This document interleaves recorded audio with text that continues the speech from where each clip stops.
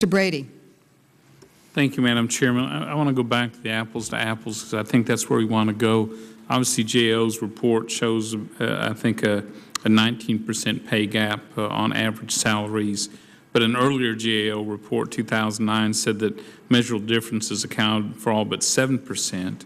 Department of Labor recently found the wage gap is between about 5 to 7% after accounting for measurable differences. Mrs. Diana Scott-Roth, you cited a study, Bertrand and Halleck, that found, not much of a difference in the pay of male and female corporate executives when they factored in a number of issues. What are they factoring in that study that other studies may not be, or may not be factoring in quite as heavily? What's the differences? So what they factor in is tenure in the workplace and age and experience, as well as presence of children. And what one finds is not that mothers are underpaid, but that getting on the CEO track is just very difficult to do.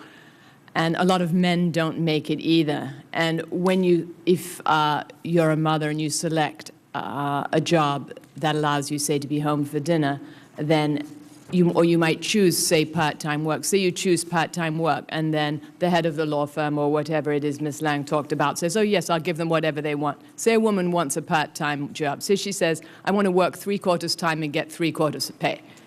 Then that lowers her wages compared with men, but she's still getting what she wants.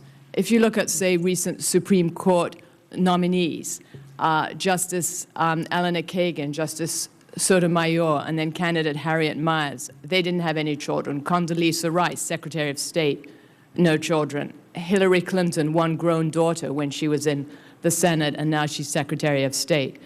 And the data from the Labor Department in 2009, I have it right here in front of me. If you just don't even account for occupation and education, if you look at childless single women compared with childless single men, on the aggregate, it's 96%. And then if you just add with children under 6 years, it goes to 80%. And your point in that study is what? This is the Labor Department highlights of women's earnings in 2009, put out in June 2010 by the Labor Department. And it has tables of average earnings. This is table 8 I'm looking at. Women, men, married, spouse present, divorced, single. And I was just reading from table 8. So single women with no children under 18 earn 96% of what men earn. But when you add with children under 6 years, it brings it to 80%. These women earn 80%. And I can do further calculations here with my pocket calculator if you want. I can turn this data over to your staffs. It's right there for anybody to see on the web. Can I ask for us, thank you. Can I ask for us, the panelists, and Ms. Long, you made the point that men and women may be more alike on issues of not just compensation, but of time, the ability both to have a satisfying work life and a life afterwards and time with your children or family, or to pursue whatever other interests you have. Is the workforce becoming more flexible for those who want to have a life outside of it? And is the boom in women-owned businesses, women entrepreneurs, is that perhaps a desire to have more flexibility and more control over your time and still have a satisfying work environment? I ask that because I see women starting law practices, medical practices, sales teams, virtually every, not necessarily a plumbing company, but a lot of businesses in our communities. And I think it's because it's merit-based, the ability to control your time, to have some say over your destiny. But I wonder what role flexibility in controlling your time has in encouraging women entrepreneurs.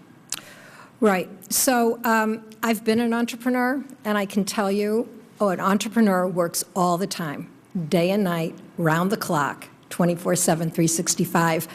It's a myth that women who are entrepreneurs work part-time. That said, the idea of flexibility and the ability to control your own time is dependent on a lot of things, most particularly on power in the workplace. So more senior people have more staff, they have more resources, they have more power over their own time because there's somebody else who they can ask to do the work or command to do the work.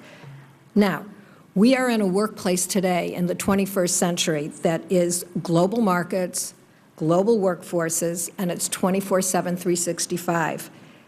The workplace that will survive in that kind of economy is one where flexibility is the norm. And I'm not talking just about flexible hours. I'm talking about flexibility that leads to innovation, flexibility that allows for cultural competence so that people who work in one part of the world can support customers in another part of the world, flexibility for employers and employees and women and men. And that's really also about focusing on results. So I think that how work is done and where it's done and today are completely contrary to the really outmoded notions about face time and being in the office. And the technologies that are available make it much more possible for companies to structure the workplace so that there's much more flexibility. People can work at home. They can work reduced schedules. They can do other kinds of things. And the best companies are offering that to women and men employees. And you know if they're the best companies when the men take these kinds of options as well.